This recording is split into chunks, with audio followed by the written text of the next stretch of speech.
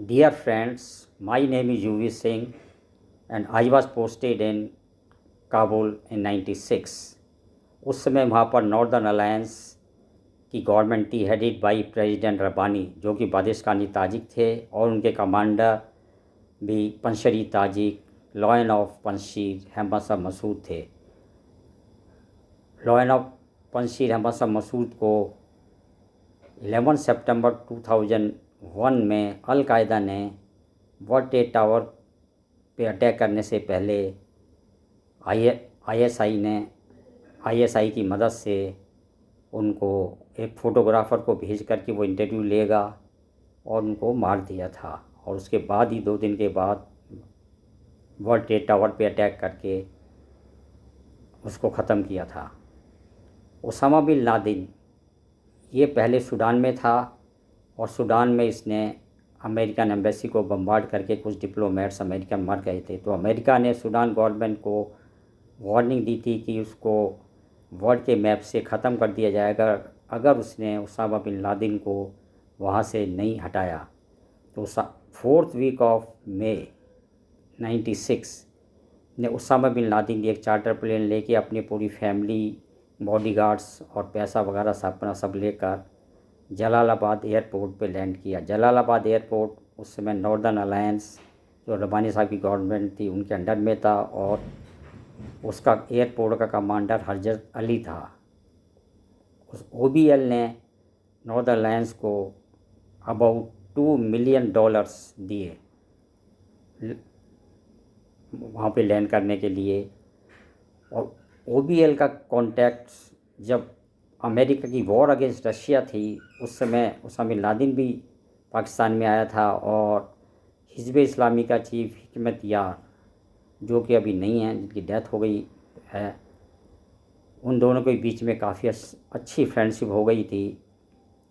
तो हिकमत यार ने अपने कमांडर जनरल जरदाद खान को काबुल एयरपोर्ट लेने भेजा था और वो उसको सरोबी होते हुए तोरा बोरा की पहाड़ियों में ले गया, जहाँ पे कि अल-कायदा का सेंटर सेटअप हुआ। वहीं पर ही दुनिया भर से अल-कायदा के उसमें के साथ लड़ने के लिए दुनिया भर से लोग टेररिस्ट आते थे। वो वाया पाकिस्तान आते थे, वहाँ पे ISI उनको लेकर तोरा बोरा के सेंटर में पहुँचाती थी। जलालाबाद के बाद वो रिवर क्रॉस करके और फिर पहाड़ियाँ कुछ चढ़नी पड़ती हैं और फिर नीचे जाके तोरा बोरा की पहाड़ियों में जाते हैं। ये सब इंफॉर्मेशन भी गवर्नमेंट ऑफ इंडिया को दी गई थी मेरी तरफ से। तो ये अल-कायदा का हुआ। और जब हमने नॉर्दर्न अलायंस की, क्योंकि नॉर्दर्न अलायंस जो है वो हमारे साथ फ्रेंडली थी और उन्होंने कहा था कि अगर तालिबान इस तरह से हमें कब्जा नहीं कर पाएगा काबुल को ऊपर, पाकिस्तान की मदद से आएगा और वो टैंक और आर्मर्ड पर्सनल कैरियर लेकर आएंगे, तो हमें anti tank anti armoured personal carrier rocket चाहिए, अमुनिशन प्रॉपर अमुनिशन चाहिए और कुछ और जो ज़रूरत का सामान है वो चाहिए। बट उस समय देवेगौड़ा साहब की गवर्नमेंट आ गई थी जून में इंडिया में, और पावरफुल फॉरेन मिनिस्टर थे के गुजराल साहब। उन्होंने कहा MEA रॉ को quit Afghanistan because Afghanistan is Pakistan baby, और आप लोगों को कुछ लेना देना नहीं है, अपना बंद कीजिए एम्बेसी को और वापस आइए। तो वो वापस आए, हम लोगों को वापस आना पड़ा। और जब उनको किसी तरह की कोई मदद नहीं मिली तो वो सितंबर के लास्ट वीक में तालिबान ने काबुल पे ISI की हेल्प से कब्जा कर लिया। नॉर्दर्न अलायंस के जो ट्रूप्स थे वो पंशीर वैली की तरफ चले गए और उनके बाकी लोग भी पंशीर वैली में चले गए, जिसको तालिबान कैप्चर नहीं कर पाया क्योंकि हमसा मसूद थे। रशियंस ने भी 7 बाइट ट्राई की थी उसको कैप्चर करने की, पर गुरिल्ला वॉरफेयर टैक्टिक्स की वजह से, उनके लॉ एंड ऑर्डर होने की वजह से उन्होंने उसको कैप्चर नहीं करने दिया। और वो ताजिक लोग वहाँ पर रहते हैं पंशीर वैली के अंदर, जो कि 100 किलोमीटर है काबुल से, और वो जाकर ताजिस्तान के बॉर्डर पे लग जाती है। वहाँ अबाउट 150 किलोमीटर लॉन्ग है, बदख्शान प्रोविंस होते हुए वो ताजिस्तान के बॉर्डर के साथ तक चली जाती है। तालिबान ने जब वर्ल्ड ट्रेड टावर को अटैक किया तो उसके बाद अमेरिका ने कारपेट बॉम्बिंग की और 10 दिन के अंदर तालिबान को काबुल से भगा दिया। फिर वहाँ पर एक गवर्नमेंट बनाई जिसके फर्स्ट प्रेसिडेंट करज़ाई साहब थे और उसके बाद अशरफ गनी साहब बने, जो कि अभी आपको मालूम है कि वो अपना पैसा वगैरह लेकर वो आबू धाबी में चले गए और वहाँ पे असाइलम उनको मिल गया। अब अमेरिका ने 20 साल के अंदर जो है,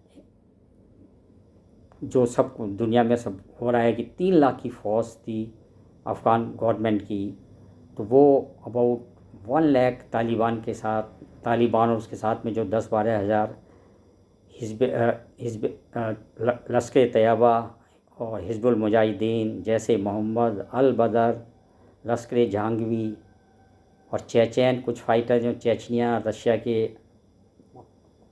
रशिया का एक स्टेट है 10 लाख का, और जहाँ पे वहाँ के भी और इस्लामिक फ़ाइटर्स, कुछ अलकायदा के फ़ाइटर जो थे ISIS के, तो सब कुछ मिला के जो 80,000 to 1 लाख थे तालिबान और उसके ये सारे टेररिस्ट ऑर्गेनाइज एसोसिएट्स। तो वो 3 लाख की वेल इक्विप्ड फोर्स को कैसे उनसे हार गई, तो उसका सबसे बड़ा रीज़न ये है कि वो कहने को 3 लाख थे पर वो सिर्फ कागज़ों में था। रियल फोर्स सिर्फ 1 लाख ही थी।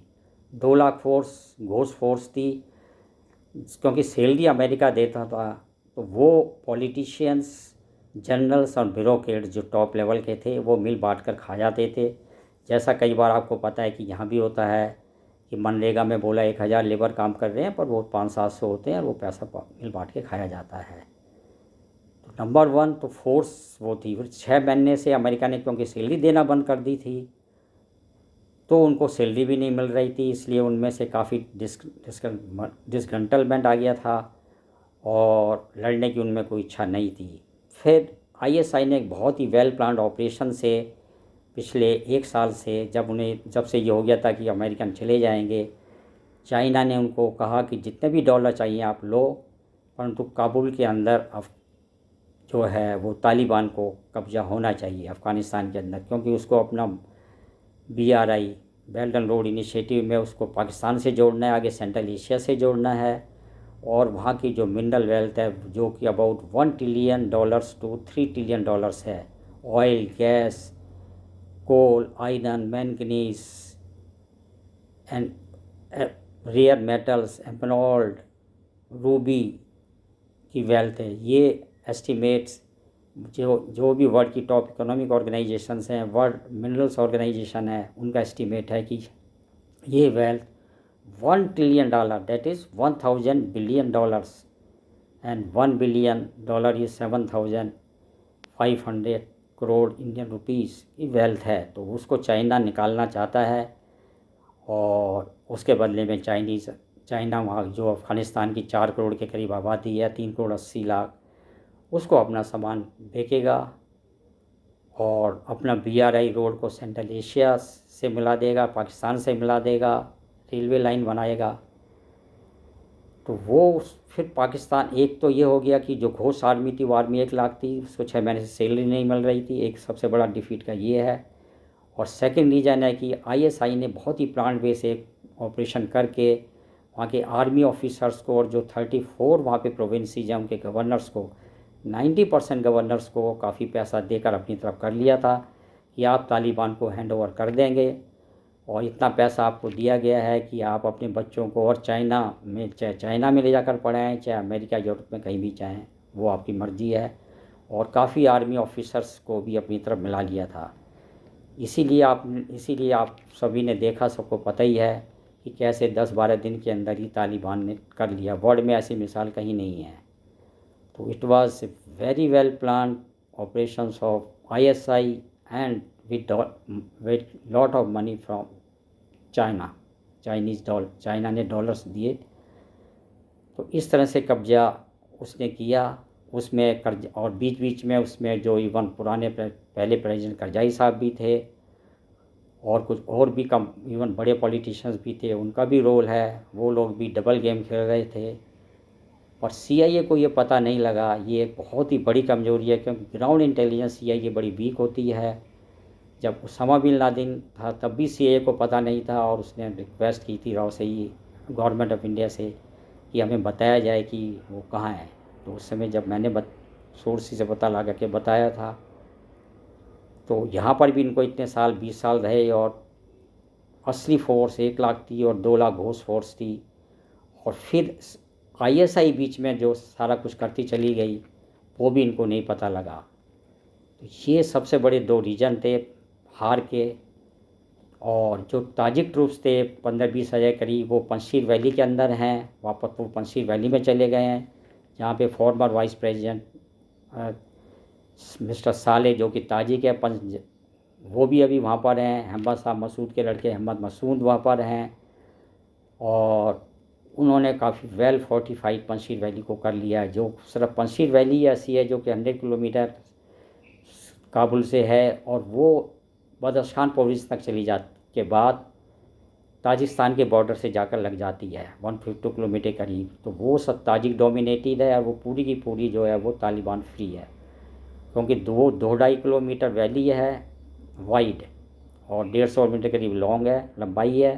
दोनों तरफ पहाड़ है। मैं खुद उस पंजशीर वैली में गया हुआ हूँ, जहाँ पे अहमद शाह मसूद या उन सब के घर देखे हैं। रशियन ने भी 7 वहाँ पे टाइम्स अटैम्प्ट की थी उसको कैप्चर करने के लिए, परंतु जो लॉयन ऑफ पंजशीर थे अहमद शाह मसूद, वो उन्होंने उसको कब्जा नहीं होने दिया था। गुरिल्ला वारफेयर करके रशियन को अंदर आने देते थे। उसके बाद जो पंजशीर वैली जब वो एंटर करती है पंजशीर दरिया पंजशीर वैली के अंदर, तो वो कोई 100-150 फीट के करीब वाइड है, और एक सड़क साथ में जा रही है। तो उनके टैंक वगैरह जब अंदर आ जाते थे तो उनको वो उसके बाद बोल्डर डाल के बंद कर देते थे, और फिर कैप्चर कर लेते थे, और उसके बाद काफ़ी पैसा लेकर छोड़ते थे। और उनके हाथ में टैंक, आर्मर पर्सन कैरियर और तोपें वगैरह काफ़ी हाथ लगी, जो मैंने खुद वहाँ पे देखी। जो है वो सैकड़ों की तादाद में वो वहाँ पड़े हुए थे, जिसको वो कुछ जो ठीक थे उसको यूज़ किया उन्होंने कर, और बाकी के स्पेयर पार्ट्स के लिए काम आते थे। तो 2 बड़े रीजन जो मैंने आपको बताए वो ये हैं डिफीट के। और इस समय क्या है कि करजाई साहब जो अब्दुल्ला उन जो कि अफ़गान गवर्नमेंट के मेन इंटरलोक्टर थे दोहा के अंदर, जो तालिबान अमेरिका की टॉक्स हो रही थी, तो वो भी इस समय जो है वो तालिबान से उनकी बातचीत चल रही है। करजाई साहब जो है वो उनकी बातचीत चल रही है, और हो सकता है कि वो तालिबान की ब्रॉड बेस्ड गवर्नमेंट में शामिल हो जाएं, क्योंकि तालिबान को एक लेजिटिमेसी चाहिए इंटरनेशनल रिकॉग्निशन के लिए। हैं वो वही के वही दरिंदे, और वो वीमेंस को कोई राइट्स नहीं देंगे, चिल्ड्रन को कोई राइट्स नहीं देंगे। और फर्स्ट इस्लामिक एमिरेट वर्ल्ड का ये अफ़गानिस्तान होगा, जो कि पूरे ह्यूमैनिटी के लिए और वर्ल्ड के लिए ख़तरा है। और उसके लिए जो है, क्योंकि हम उसकी किसी भी तरह से मदद इसलिए नहीं कर पाए क्योंकि मदद करने का तरीका या तो वाया ईरान से था या वाया ताजिकिस्तान से था। और ताजिकिस्तान इसलिए हेल्प नहीं, चाइना और रशिया ने उसको नहीं हमें हेल्प करने दी। और वहाँ से क्योंकि ईरान तालिबान की डील भी हो चुकी थी कि जो 10% हज़ारा हैं अफ़गानिस्तान में उनको वो नहीं मारेगा। जैसे उसने पहली बार आया था तो उसने काफ़ी हज़ारों शिया हज़ाराओं का मर्डर मैसेकर किया था। तो इस बार उसने ईरान को गारंटी दी कि वो नहीं करेगा, और ईरान चुप अपने आप में न्यूट्रल रहे। चाइना की वजह, चाइना इस तुर्कमेनिस्तान इस्लामी मूवमेंट है यूगर्स का, यूगर्स 1 करोड़ है सिंकियांग प्रोविंस में, और उनके भी कुछ कैंप अफ़गानिस्तान में थे। तो चाइना को ऑलरेडी उसने गारंटी दी है, क्योंकि चाइना वहाँ की जो $1 ट्रिलियन से लेकर $3 ट्रिलियन की मिनरल वेल्थ है उसको निकालेगा, और बदले में अपना सामान देगा। जो पॉपुलेशन है वो 3 करोड़ 80 लाख है अफ़गानिस्तान की, और अफ़गानिस्तान में oil, gas, rare metals, coal, iron, manganese, copper mines already एक तालिबान कंट्रोल एरिया के अंदर जो पहले से कई साल पहले से वो चाइना को दी हुई है। और ऑयल एंड गैस भी है, तो वो सारी, और रूबी है, एमराल्ड है, ये सब भी है। तो ये सब जो वेल्थ है उसको चाइना निकालेगा, और साथ में अपना बेल्ट एंड रोड इनिशिएटिव से उसको रोड से पे पाकिस्तान से जोड़ेगा, उधर सेंट्रल एशिया से जोड़ेगा, और उसका जो है वो एक ट्रेड में उसका कनेक्टिविटी हो जाएगी, सारा मिनरल्स सब उसको ये मिलेंगे, और 4 करोड़ पॉपुलेशन को अपना सामान बेचेगा। और उसके बाद आगे तालिबान कितनी पाकिस्तान की ISI की इंडिया के ख़िलाफ़ कश्मीर में मदद करते हैं, ये आगे बिल्कुल अलर्ट रहने की बात है, क्योंकि चाइना की तरफ से भी अब ग्रीन सिग्नल होगा कि पर जो भी किया जाएगा वो क्वाइटली किया जाएगा।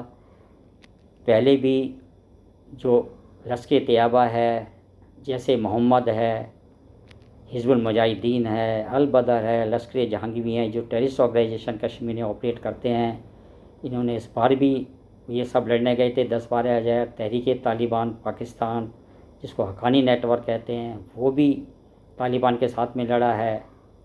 10-12 हज़ार उनके भी लड़ाके थे। चेचेन, अल कायदा, ISI के एलिमेंट भी थे।